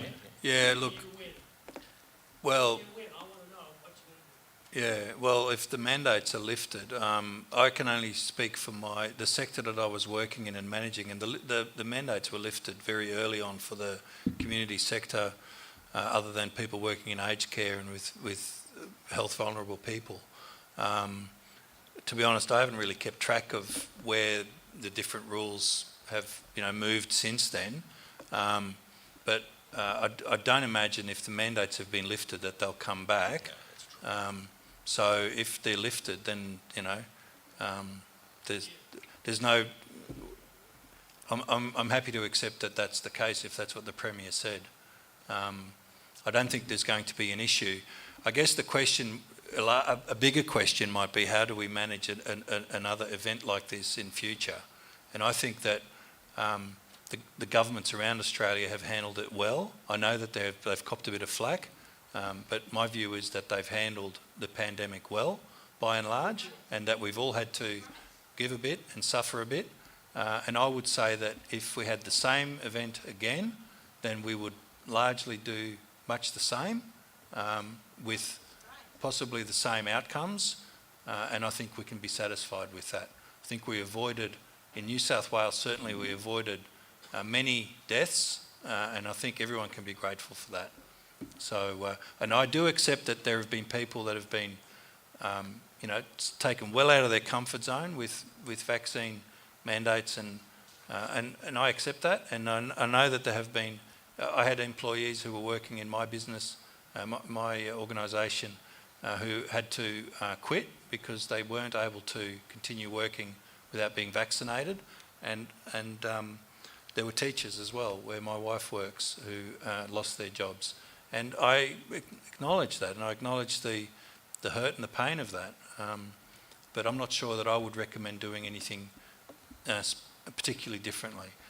The science that was being used at the time to put in the rules that were being made was sound science, and I stand by it. That's my answer. Thanks, Leon. Greg. Yes, well, it's close to my heart too, because my sister was working as a nurse and a paramedic, and she was stood down. So I understand that side of the argument, but by the same token, I tend to support what Leon has said, because we were in uncharted territory, and probably I'm hoping that we have learnt from that, and certainly any mandates that were unnecessary should not ever be brought in again. But what is necessary and what isn't, we need to take the advice of the health practitioners in relation to that. We can't have people working on the front line in hospitals and medical areas who may be posing a risk to patients or if it's in aged care to elderly people. So we've got to get the right balance. And look, I think probably there was probably a little bit more restrictions than were necessary, but it was uncharted territory. How many, we lived through a pandemic, and it was obviously going to disrupt our lives, and it disrupted lives in a whole lot of ways. And I think the net result was that we came out of it a lot better than we could have. I was concerned about vaccination because of the bad press as well, but I eventually got vaccinated. And we were exposed to a friend who travelled in our car with us for 3 days on a trip who had COVID, and Val and I, we're not young, and we, because of the vaccinations, I believe, and also we had COVID previously, we had that immunity. So it's a difficult one. I'm a scientist, I like to look at the science, and I know there's a lot of concern in the community that the science wasn't good, but I think if you look at it, there was a lot more science to it. But there was so much social media misinformation out there too. It was hard to know what was accurate and what wasn't. And, it put the wind up me initially, but I worked my way through it. So it's a hard one. I respect people's views, in not getting vaccinated. But if you're working on the front line in a medical situation, I think mandates are probably necessary. But hopefully next time, hopefully there won't be another one, but there will, that we can get it a bit better. Yep. Thanks, Greg. Deborah. Thank you. Thanks, Mr. Wicks, for the question. Look, I can't imagine the Premier making policy on the run statement on a news show. To me, that just doesn't make sense. And when you consider how they brought in the mandates, and they were through National Cabinet and Acts of Parliament and everything like that. So on your behalf tomorrow, I'm going to ring the Premier and I'm going to ask him what's going on, and ask him, have they done an Act of Parliament to change that? Is this just policy on the run? And I will ring you tomorrow. Just listen to the podcast. Thanks, Deborah. Now, we have time for one more question. Lady in the pink. Yes, thank you. Fiona Lavini. I have to stand up, really? I came here with a specific question, but I've changed my mind. To all that I've heard tonight, and I know you're not supposed to make statements, but it is a passion of mine the last 12 years, politics, for people who know me in the room, and I know the coal seam gas debate very well, and I'm not happy with any of the party answers at all, because I know how it can be stopped, mining, but I won't go give anyone a lecture here today. What I would like to know from each candidate, given the priorities we've heard and the passion in the room for different issues for the Clarence Valley, I've heard a lot of party first and what's happening in the state. Heard about Labor, I've heard about the social licence, doesn't always work. I've heard about the Nats commitments, I've heard about the Independent and on the crossbench, and I've heard about the Greens in all sorts of parts of New South Wales and Queensland. From each one of you, what will your personal commitment, not the party commitment, be to the Clarence Valley community first and priority. Thank you. Greg? Well, I'm an independent Green because You can't make that up now. I'm an independent thinking Green. Okay, put it that way. I believe, and I've done this on council, I believe that I need to listen to the local community. I need to look at and understand the local community and the environment and all these things locally. And I don't always agree with everything that the state or federal Greens come out with, and that I'm entitled to not agree with everything. In a broad sense, I agree with the philosophies and the way the Greens are going, but there's as I said earlier, I don't like pumped hydro in natural areas, and I don't like wind farms if they're killing things. So I would do what is in the best interest of the local people and the local environment, and that's it.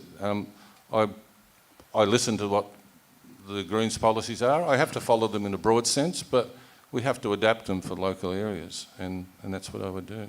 Sorry, was your...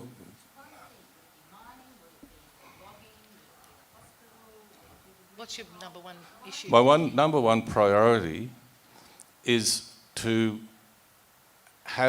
work towards protecting the natural values of this area, because so much depends on that. And that is the First Nations culture, that is the fishing industry, that is all the agricultural industry. So to me, by looking after the natural environment, we're looking after people and the industries that can be very compatible with the natural environment. Thank you. Thanks, Greg. Deborah? Oh, that's a big question, a very loaded question. You know, since I've decided to put my hand up to run for state, and there's a lot of reasons why I do that. And first of all, it's to sharpen me up a little bit as an elected councillor, so that I'm across issues. And what I love being as an elected councillor, I get to talk to everybody, because we aren't supposed to be real party politics in the chamber. So we get to talk to everybody, we get to see, hear and listen to, find common ground for everybody. But in the time that I've been researching and, looking at all the issues impacting from a state level, I have to say it's overwhelming of what is happening to the state of New South Wales and Australia and here in the Clarence Valley. We're cushioned to a degree, but we've got a lot at risk. And it's a great place to be sick, it's a great place to be poor, because we're surrounded by amazing volunteers, we're surrounded by an amazing environment, we're surrounded by extraordinary small businesses. But I have to say, it's overwhelming, the issues that are facing us, whether it's our water security, whether it's our food security, whether it's our employment, our jobs, our industries. Everyone in the community thinks their issue is the most important. The gambling, the logging, the environmentalist, everybody in their silo thinks their issue is the most important. So my job is to bring them together to find common ground and how do I help everybody, because even if I'm elected, I still get to talk to these guys and maybe be their friend. I should have worn my T-shirt. I love dogs, but I've only got 3 friends, and here they are. But the biggest issue, I believe, that encompasses everything here, whether it's jobs, whether it's health and everything, is our water security. Water, we ain't got nothing. We haven't got a river, we haven't got food, we haven't got jobs. So water security is our biggest, I believe, issue that we need to be on the front foot, and we need to be driving that conversation. And we need to really step up for that, because people will want our water. We've already been fighting for it for a little while already. But water, our water security, which sits alongside our food security, And we are very fortunate because we've actually got 60 commodities here in the Clarence Valley. We are the food bowl of the Northern Rivers. And if we lose our water security, we lose all that. And our food security is aligned with our farming security, and our food has the most number of businesses out of the 4,000 businesses. 1 in 4 businesses is Clarence Valley is a primary producer. If we lose that, we lose everything. Thanks, Deborah. Richie. Thanks, Ray. Thanks, Fiona, for the question. And look, my focus has been and will continue to be reducing your cost of living, because it's completely and utterly out of control, whilst also improving health services for the entire Clarence electorate. And when I say cost of living is out of control, it is. And every single decision a federal government, a state government or a local government makes has the ability to increase your costs or lessen it, has the ability to bring in more red tape or cut it, has the ability to bring in more green tape or cut it, and every one of those levers has the opportunity to make things easier or harder for us to live. So my focus going forward up until March 25 and after, if I'm successful, is ensuring that the state government does everything within its power to reduce the cost of living for you and I and your family and my family. The state has done and has some terrific programs available. The Seniors Regional Travel Card, here's my mate it, because it's for regional New South Wales only. The city don't get it. The region, and this one's brand new, the regional apprenticeship and university travel card, $250, done and dusted. If you are an apprentice between 16 and 64, you're eligible. If you're going to university between 16 and 64, you're eligible. From July next year, an automatic $250 off your power bill if you go to Service New South Wales with your bill, and to ensure that you're getting the cheapest possible energy plan for you in New South Wales, you will automatically get $250 off your power bill. Back to school vouchers, active kid vouchers, first lap vouchers are all triggers that the New South Wales Nats in government have produced for regional New South Wales, and they're all at risk. They are all at risk. So, excuse me, it was not about the Nats, it was about you personally, what you would do. yeah, if you had been listening, Fiona, you may have answered your question in my first sentence when I said my focus is on, and it will continue to be on, those cost of living pressures that we all feel. Something we haven't spoken about tonight, and I thought we would, is housing affordability. That is a real problem for us in particularly this electorate. The pressures to find housing are immense, and I've spoken to senior police officers who can't get people to apply for a job in Yamba because they can't afford to live. 15 years ago, there would have been 50 applicants for the same job. Nothing, because it's too expensive to live. Now, that's a police, nurses, baristas, chefs, all in the same boat. The housing crisis is acute and does need the attention of a local member and the state government to be fixed. That's not an easy task. That is a complex issue, and an issue that I'm up for should I be elected on March 25. Thanks, Richie. And Leon. Yeah, thanks, Fiona. You're clearly very passionate about our electorate, as we all are, I think. And you're right, we have talked a bit about the high-level stuff, but I'm very keen to talk to you about Clarence. And I've been spending the last 5 months most days out in a corner of our electorate, door knocking and talking to people. And people often ask me, you know, when you door knock houses, what do you say to people? You know, and my answer is, well, I actually don't say much at all. I just introduce myself and then I listen.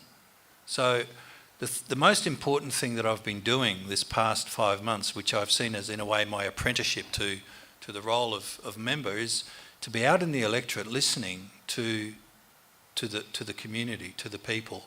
And I've noticed a few things. One thing I've noticed is that there are some issues that traverse across the electorate that are common for everyone. And then there are some quite niche issues that are specific to small communities, which I find very fascinating. Because really, without speaking to people who live in those communities, you don't really get to hear what some of those quite niche issues are. And initially you might think, oh, that's very particular, but then you hear somebody else in the same community mention the same thing, and you hear a third or a fourth person, and then you begin to realise that this is an issue for that small community. In Coraki, for example, one of the issues is to do with security, nighttime security and break-ins and things. And I initially thought it was about policing, but they've actually got some other ideas about that, which is very interesting to discover. So you ask about me as a person rather than the party. I would say that what I bring to the role is that I have an acute ear for what the people who live here are telling me. And that is counterbalanced by the other voices, which are partisan voices and ideological voices. And I can keep those in balance because on the one hand, and they don't always agree, what the party says or what the head office suggests will not always agree with what the people are telling me. But so long as I've got the ear of the people in the electorate and they're telling me what's needed, I can keep in balance what my job is, which is to represent the people who live here in a government which will be a party. I don't think I'll be elected unless Labor is elected in New South Wales. So it's very unlikely that I will be an opposition member. So I'll be in government, but I'll be able to bring those local voices, that ear that I have, that listening to the people, to the government of the day.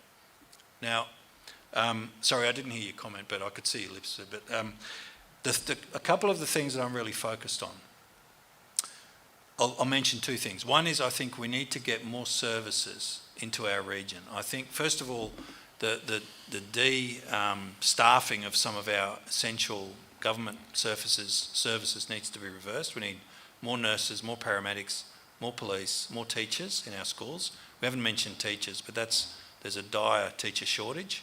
And this is particularly affecting public schools. So that's the families that can't afford the fees to send their kids to a private school. So we need to address that very urgently. There are other services that people need, and they can wax and wane from time to time. But we need good aged care services as well. We need good disability services, and so on. I want to end what we call postcode disadvantage. I want to end this phenomenon that we have in regional Australia, that the postcode where you live will determine to a certain extent your well-being and your livelihood and your health. And that's because some postcodes are better serviced than others. And I want to end that. It's called postcode disadvantage. And it affects the Clarence. There are 12 postcodes in the Clarence electorate, and 10 of them are on the high needs list in terms of socio-economic disadvantage, which is quite shocking. The other one for me is I think that our local government, our Clarence Valley Council, is getting some bad publicity, and I think there's a lot of criticism of it, and I actually think that's a great pity. And I want to work with local government as a state member to deliver the projects that local government sees as important for its community. Local government is an incredibly important part of our democracy, and it delivers those direct services, but a lot of those services are paid for by the state, and it needs to be a partnership. And I want to work in partnership. I won't leave our local government high and dry on the services that they need. And I'll be perfectly honest with you, I've sought a commitment from New South Wales Labor on the Grafton Pool. I haven't yet achieved that, but I'm still hopeful that I will be able to before the election, just as an example. All right, so thank you. Thanks, Leon. Ladies and gentlemen, I'll just ask Natasha to come back to the microphone. While she's coming, can I thank you, the audience, for your courtesy and respect this evening? It certainly made my job a lot easier. Thank you.